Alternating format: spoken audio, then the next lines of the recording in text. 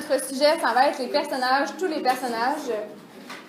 On va s'assurer de bien les comprendre. OK. On voit pas super bien, j'ai mis ça en rouge, mais c'était pas une bonne idée. Effectivement. À gauche, vous voyez que les sections rôles pour une note de cours sont vides. Et on va essayer de les placer avec les réponses qui sont toutes dans le même style, mais je vais vous les faire en haut. Donc, on peut voir qu'il y a 4 types de personnages. D'habitude, tous les personnages d'un roman policier, on peut les placer en 4 catégories qui sont écrites en haut, mais qu'on ne voit pas. Donc, je vais vous dire les. Même moi, je ne vois pas. Les personnages importants, les personnages secondaires, les figurants et le personnage principal. Donc, si on regarde les descriptions, je fais vraiment attention tout le monde, vous allez deviner où va chaque mot. OK. Le premier. Il est présent du début à la fin. Oui. Oh mon Dieu, c'est rapide, excellent. Delphine, elle est plus rapide comme éclair. Celui qui est présent tout le long et que l'action se concentre sur lui, c'est effectivement notre personnage principal. Elle est morte.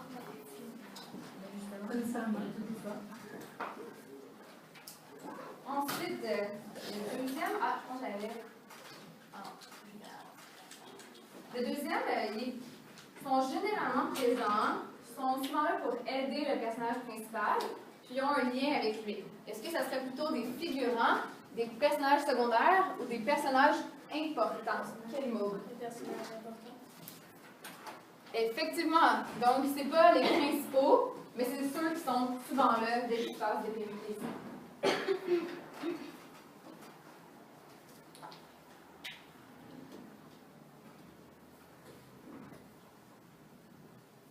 Donc là, il nous reste secondaire et figurant. La prochaine description, c'est qu'ils sont là parfois dans certaines péripéties. Puis on a un petit peu de détails sur eux. Delphine? Effectivement, les personnages secondaires. Un peu moins important.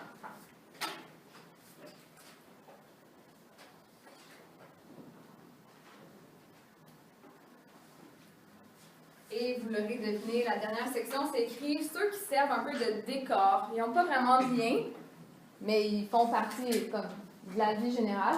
Ça va être les figurants.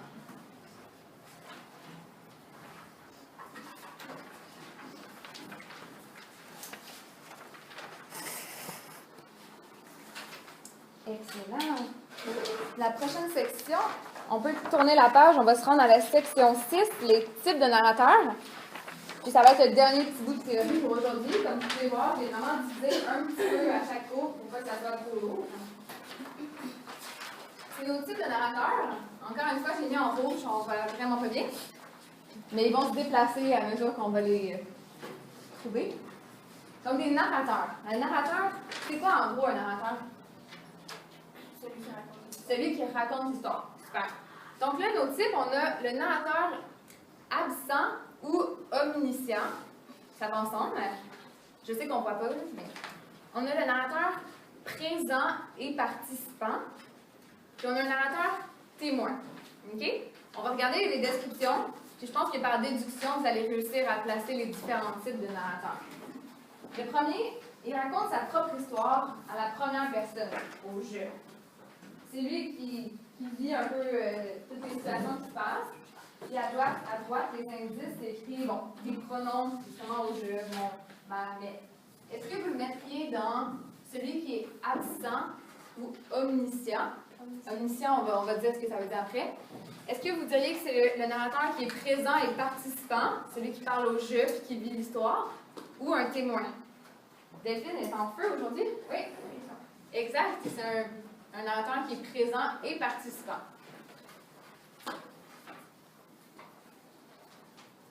Ce qui est quand même assez fréquent. Il y a plusieurs romans écrits au jeu. La deuxième section, c'est un narrateur qui est aussi un personnage, mais un personnage secondaire. Donc, il participe à l'action, mais c'est pas lui qui vit tous les événements. Johan. L'autre, c'est témoin. Oui, je donne un petit indice. Vous allez voir c'est quoi la différence entre l'omniscient et le témoin. Mais c'est ça. Là, dans la description, ça dit, c'est ça. C'est un personnage. Il participe parfois à l'histoire, mais c'est pas lui qui vit tous les événements. Il raconte un peu ce que les autres ont vécu. C'est un témoin. Ça, personnellement, c'est le plus rare. Et le prochain, vous savez déjà que vous pouvez écrire absent dans l'oblique omniscient. On va l'expliquer après.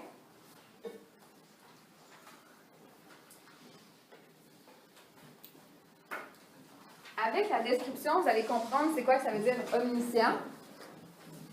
C'est écrit aussi appelé narrateur Dieu. Il raconte l'histoire à la troisième personne. Au il. C'est pas un personnage, mais il connaît tout et il voit tout. Il y a beaucoup de romans qui sont écrits comme ça. C'est juste comme si, vraiment comme si Dieu dans le ciel racontait des péripéties, des choses qui se passent. Il ouvrit la porte et sortit. Il pensa à telle chose. C'est qui parle? C'est personne. On appelle ça un narrateur omniscient. Omniscient, ça veut dire je vois tout, je sais tout, mais je n'existe pas. Donc, les plus fréquents, souvent, c'est celui-là, justement, l'absent omniscient. Donc, une histoire au il. Puis c'est qui parle? C'est pas vraiment personne qui parle. Puis l'autre qu'on voit souvent, c'est celui au je. Dans le meurtre de Roger Ackroyd, c'est quoi? Je. Effectivement, un narrateur présent participant. Puis c'est qui notre narrateur? Il y a un nom? Monsieur Shepard. Ouais. James Shepard. James Shepard, effectivement. Ah, j'avais mis des petits éléments à souligner ou à souligner. Je vais faire apparaître en jaune. Donc, pour notre présent participant, l'indice vraiment, c'est le pronom à la première personne. Le je. C'est comme ça qu'on le reconnaît. Pour le témoin, c'est parfois il participe à l'action, parfois pas. C'est comme un moitié-moitié. Et pour l'absent omniscient, c'est narrateur Dieu, puis des pronoms à la troisième personne.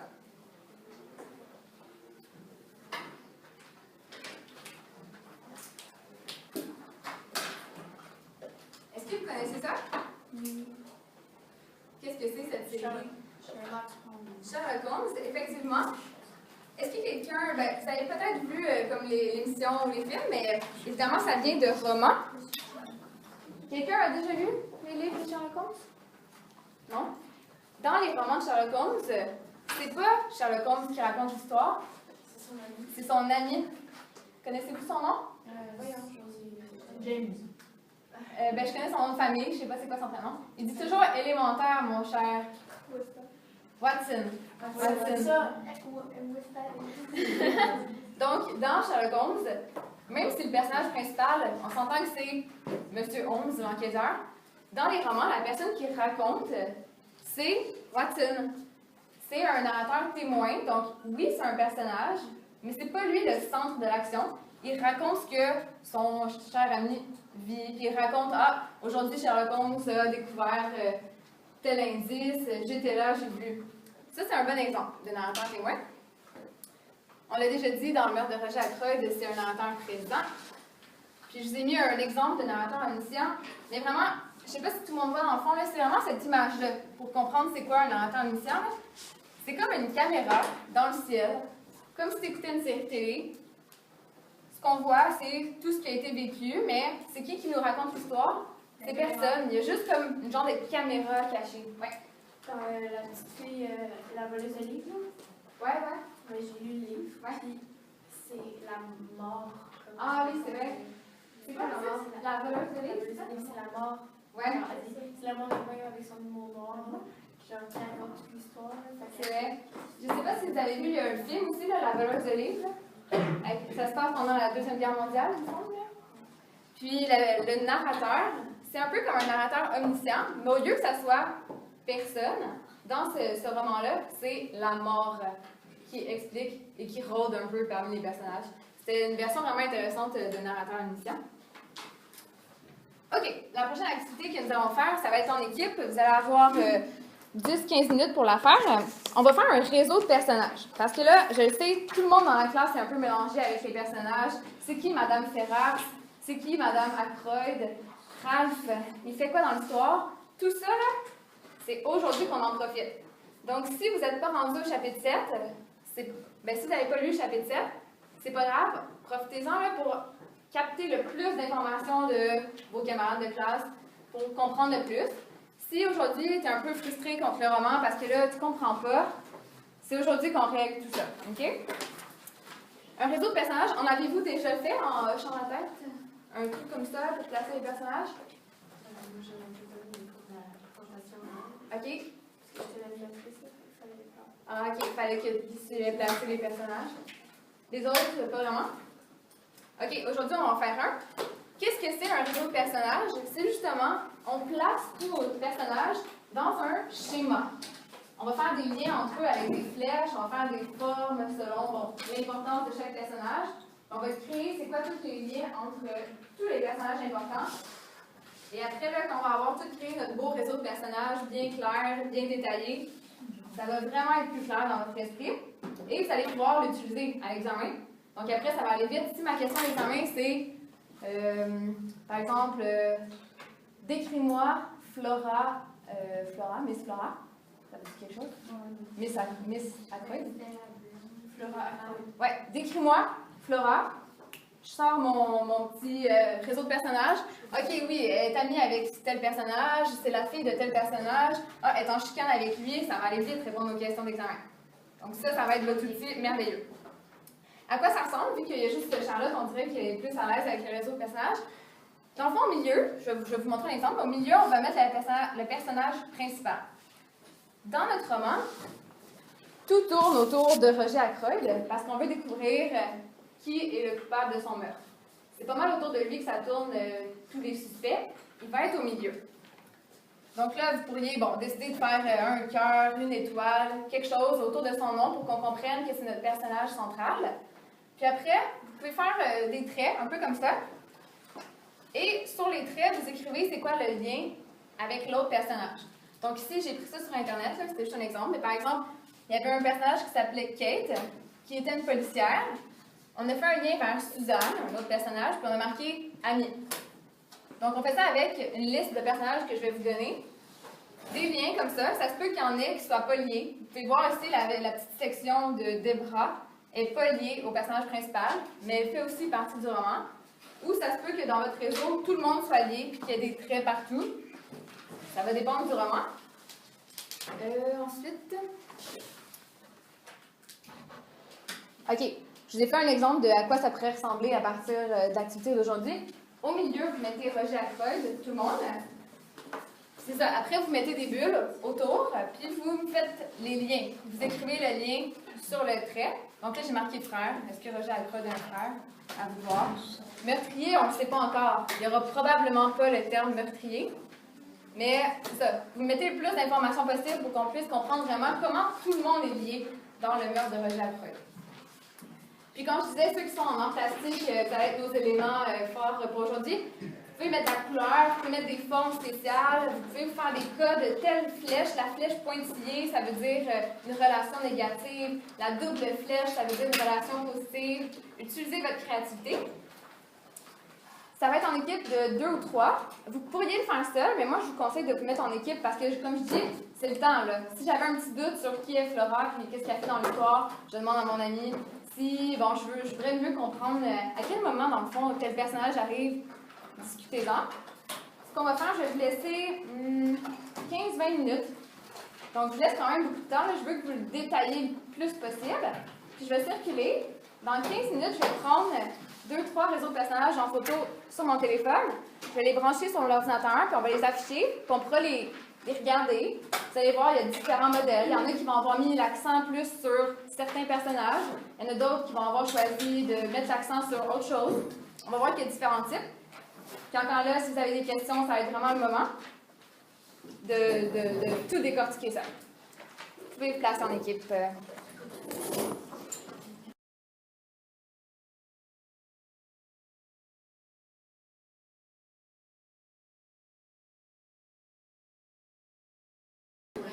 Parfait. Mathis? Donc, nous avons un premier réseau de personnages fait par quelqu'un qui ne voulait pas que je dise ce qu'elle avait fait.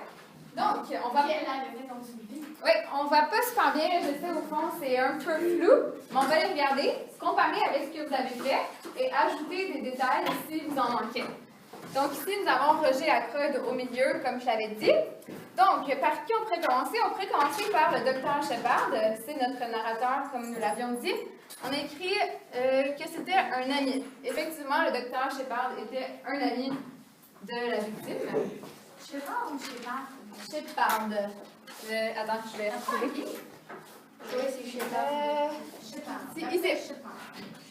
C'est Laura qui a demandé ça? Il est marqué ici. Ensuite, qu'est-ce qu'on peut remarquer? On peut voir Hercule Poirot. On a écrit enquêteur. Effectivement, le lien avec la victime, c'est qu'il mène une enquête sur la mort. Ensuite, Miss Russell, il y a beaucoup de personnes qui ne se souvenaient plus quel était son lien. Donc, c'est écrit gouvernante. Est-ce que quelqu'un peut m'expliquer, au-delà du mot gouvernante, qu'est-ce qu'elle fait, Miss Russell? Jacob? Ben, c'était la gardienne de Ralph Patton quand il était jeune jusqu'à son adolescence. C'est ça. Donc, je ne sais pas c'est à quelle page, parce que vous avez tous des éditions différentes, mais Miss Russell, c'est une gouvernante. Donc, une gouvernante, c'est pas une domestique qui fait le ménage, c'est quelqu'un qui s'occupait du fils de Roger Ackroyd, qui était Ralph Patton. Mais maintenant, il est rendu vieux, donc il n'y a plus besoin d'une gardienne. Mais ils ont gardé Miss Russell comme employée. Sinon, Caroline, avec qui était liée? Ben, c'est la sœur de Effectivement, comme c'est écrit, c'est la sœur. Cyril Ackroyd. Ça, j'ai demandé à Nicole parce que moi-même, j'avais oublié c'était quoi son lien. Puis Nicole avait bien trouvé qui est Cyril Ackroyd. C'est qui? Ouais. C'est pas juste sa sœur, c'est sa belle-sœur. Moi-même, j'avais oublié. Ça fait déjà quelques semaines que je suis maman. Si c'est la belle-sœur de Roger Ackroyd, qui était le mari de Cyril Ackroyd? Le frère. Le frère de Roger. C'est qui le frère? C'est un personnage qui est déjà décédé, qui n'est pas dans le roman. Mais c'est comme ça qu'elle est liée, Madame Ackroyd, à Roger. Donc, si vous avez juste écrit sœur, on peut ajouter belle-sœur. Sinon, Flora, c'est la nièce de Roger, parce que sa mère, c'est Cyril. Puis, par cœur domestique, ça, je pense que tout le monde s'en rappelait. Geoffroy Raymond. C'est écrit secrétaire et domestique, effectivement, c'est une très bonne description. Donc, Geoffroy Raymond, c'est justement le secrétaire, c'était le secrétaire de Roger. Donc, si vous avez juste écrit employé ou domestique, ajoutez plus précisément son travail, c'était quoi? C'était d'être le secrétaire de Roger Ackroyd.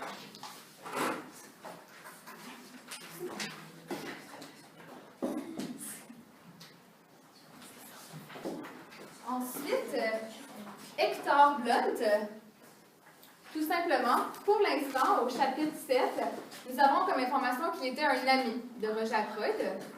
On n'a pas beaucoup plus d'informations. Puis, est-ce que j'en oublie? Ah, l'inconnu au visage caché. Encore là, ça le dit, inconnu, c'est un inconnu. Il n'y a pas encore beaucoup de liens qui ont été faits, mais on se souvient qu'il a posé une question au docteur Shepard. En levant la main, c'était quoi la question? Qu'est-ce qu'il voulait savoir? Coralie? Il était où le manoir? Ouais. Il a demandé son chemin pour savoir où était le manoir. Puis, on n'a pas vraiment vu son visage, il portait un gros capuchon, puis il faisait noir. Donc, pour l'instant, c'est encore un inconnu. Mais vous pouvez vous douter que si je l'ai fait ajouter dans votre série de personnages, probablement qu'un jour, il va devenir plus qu'un inconnu.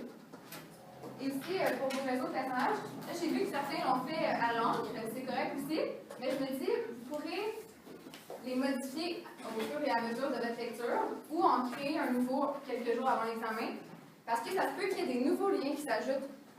Par exemple, vous pourriez découvrir que peut-être que Parker, je ne sais pas, était le meilleur ami de Flora, puis c'était caché.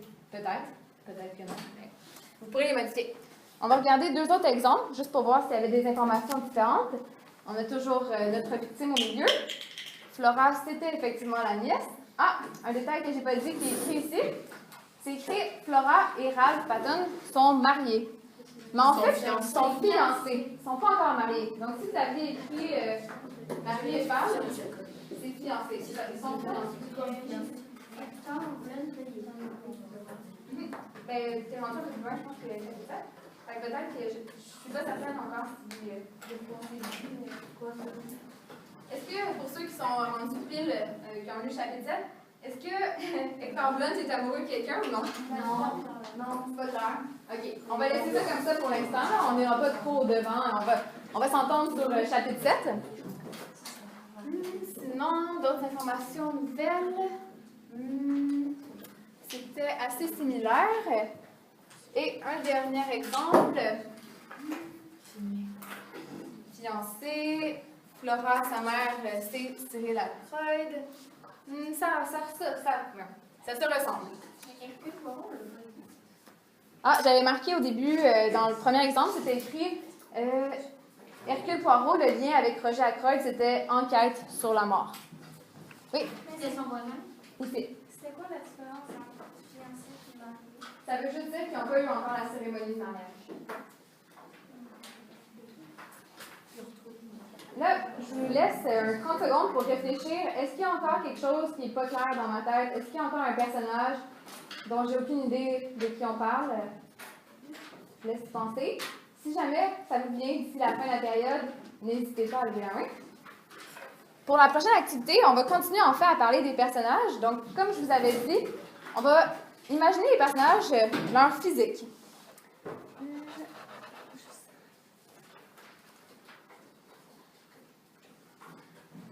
OK. En premier, on peut penser au lieu. Ça se passe à King's Abbot. Donc, j'ai mis plusieurs photos et vous allez me dire, on va faire comme un petit vote rapide. Vous, comment vous imaginez King's Abbot?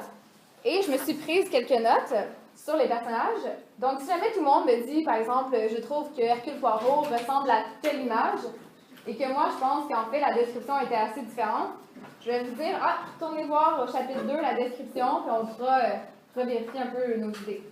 Oui? Moi, je pense que c'est là en bas. À droite, OK. Donc, King's Abbot, c'est le petit village en Angleterre où l'histoire se passe. Mathis, lui, il l'imagine plus comme ça.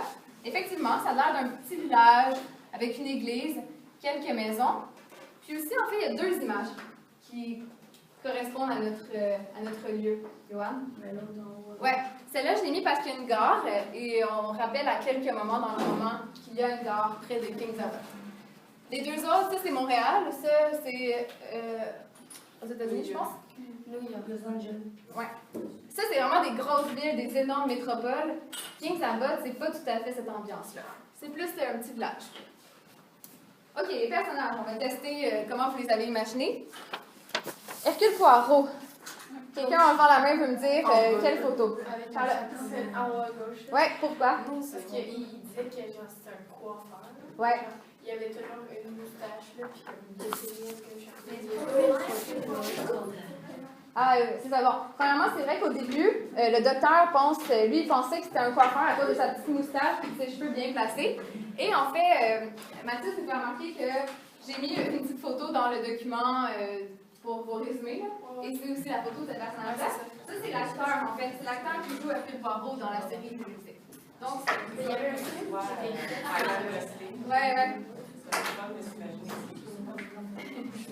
sur le livre, il y avait ma mère. Ouais. Je sais pas si c'est bon. C'est Doctor Who. Mais ma mère m'avait dit qu'il y avait un film qui a été. Oui, Hercule Poirot, il y a un film en À gauche, c'est Doctor Who. OK. Un volontaire qui veut lever la main et me dire comment il a imaginé le docteur James Shepard. Johan. Le soir du gars. OK, pas Alexandre Despatie? À droite. À droite. Ouais. Pourquoi? Parce qu'il y a. Parce qu'il est vieux. C'est ça. C'est pas un jeune homme de 30 ans, il est un peu plus âgé. Plus de même. OK, on va retourner voir dans le livre. Comme je dis, ça se peut que vous l'ayez imaginé différemment. C'est pour ça qu'on fait cette activité-là. Mais non, ça change tout. Ah, ben c'est ça, il y a une page. C'est comme quand tu as lu, puis après tu l'écoutes. Chapitre 7 que j'ai noté. Avec lui, tu vois le film, ça change tout ce que tu penses. Ouais. Oui, c'est une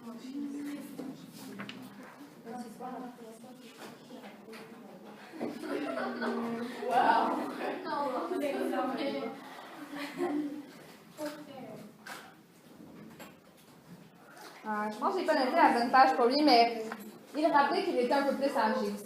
Mais il va élanger, puis c'est le teint les cheveux. Mais si tu veux, tu peux continuer à l'imaginer comme ça. C'est quand même, on laisse quand même le droit à l'imagination. Projet à Croyd. Quelqu'un en levant la main. C'est Glenn! En haut à gauche. Pourquoi? Big Bang Theory. C'est plus parce que c'était Vernon de Lille. Parce qu'il est vieux. Effectivement. Je vais retourner à ma page.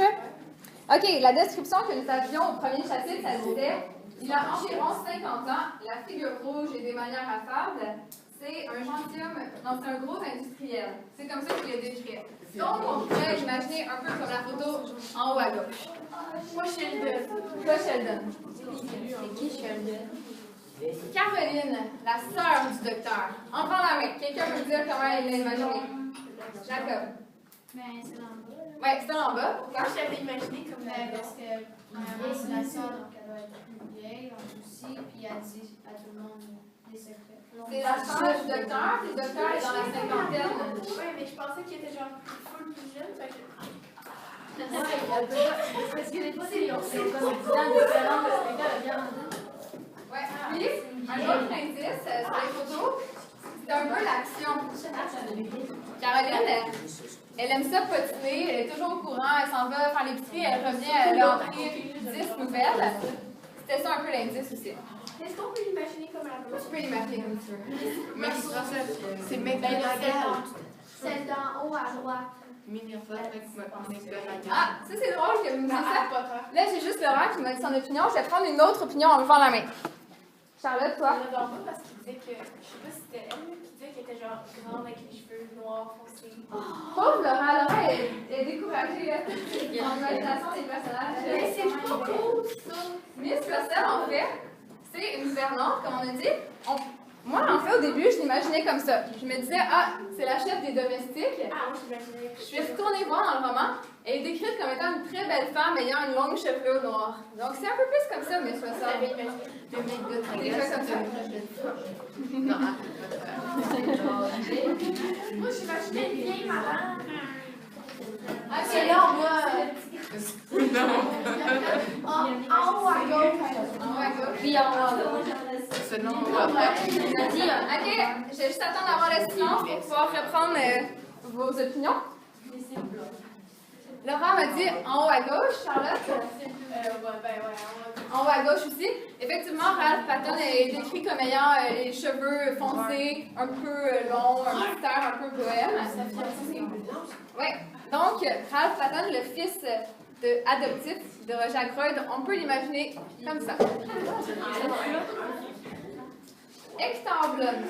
Hector Blunt, la moitié de la classe me dit je ne sais pas c'est qui, et je vous ai répondu c'était l'ami de Roger. Mais on a une information de plus sur la passion d'Hector Blunt. C'est le vieux. Moi, c'est lui qui est genre tout habillé en vert avec un gars c'est genre qui chasse. Ouais. J'imaginais que le tableau. Le bébé mère. Il court. Ok. Il y a beaucoup de chuchotements là. La caractéristique principale d'Hector Blunt, c'est effectivement qu'il aime beaucoup la chasse. C'est de ça dont il parle. Il avait ramené genre une tête d'orignal empaillée à rocher. On continue, il reste quelques personnages à décrire. Cyril Ackroyd. Là, j'ai mis une photo vraiment précise par rapport à un passage où elle est décrite. Je suis sûre que Yoann a deviné c'est laquelle. En haut à gauche. Oui, en haut à gauche. Elle est décrite comme étant pleine de bijoux et le docteur Shepard, lui, il dit qu'il ne l'apprécie pas particulièrement. Donc, elle est plus âgée aussi. Mademoiselle Flora, Charlotte l'a dit tantôt, sa couleur de cheveux, c'était Blanc platine. blond platine. Donc, rappelons quoi? C'est en beau! Notre Miss Flora. Moi, j'imagine. Par cœur. Là, j'ai signé 3 hommes. Celui du milieu. Non, c'est un garçon. Celui à droite. Celui du milieu. Non, celui C'est de là, la droite qui est beau. Celui à gauche, C'est c'est plus beau, gauche. mais c'est lui du milieu. C'est celui du milieu, effectivement. Ouais, c'est ça. Non, mais Ok, le prochain. Je pense que c'est le dernier pour la liste. Là encore là, j'en ai deux qui ressemblent, mais il y a un indice qui va nous donner un peu qui va nous aider à choisir pour Raymond. Mathis? À gauche? Ah, ok, ouais. Ben, j'avais dit secrétaire, mais. Moi, je restais là en bas. Mathilde? Ben, je passais peut-être celui d'en bas parce que, je sais pas, l'époque avant bien, puis je sais pas si ça existait les ordi. Ben, j'avoue que ces deux-là se font un peu, Johan. En haut à droite. Ouais? Pourquoi? Parce qu'il ressemble à un fil pour. OK? C'est des bonnes hypothèses. Comme je dis, vous pouvez les avoir imaginées comme vous voulez. La seule raison pour laquelle j'ai mis cette photo-là, c'est parce qu'il est mentionné que Raymond porte un monocle. Effectivement. Moi aussi, je pensais que C'était ça l'indice. je sais pas pourquoi les Ah bon? qu'il y avait collé pour